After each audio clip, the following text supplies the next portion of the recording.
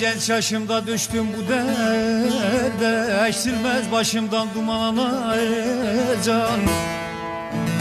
Alan döken oldu arada perde, hasretle geçiyor zaman anay can. Can ana can anay can, can can can.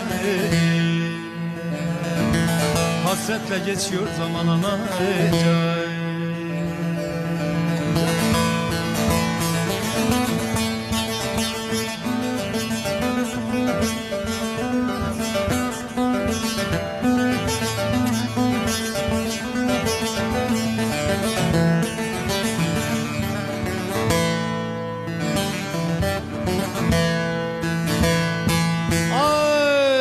Kolay yaralı gönlümü bir efkar sardı, bulutlar set çekti güneş karardı.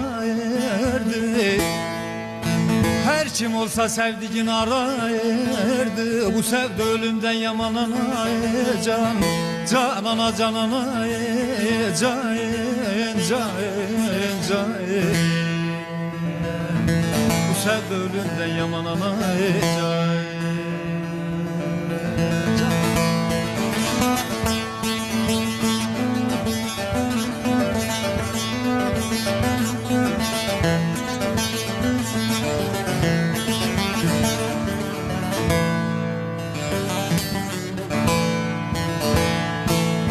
Zade çekerim feryadı zarı, yıllardır ömrümün gelmez baharı.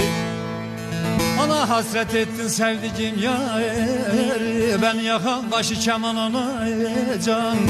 Can ana can anay can can can.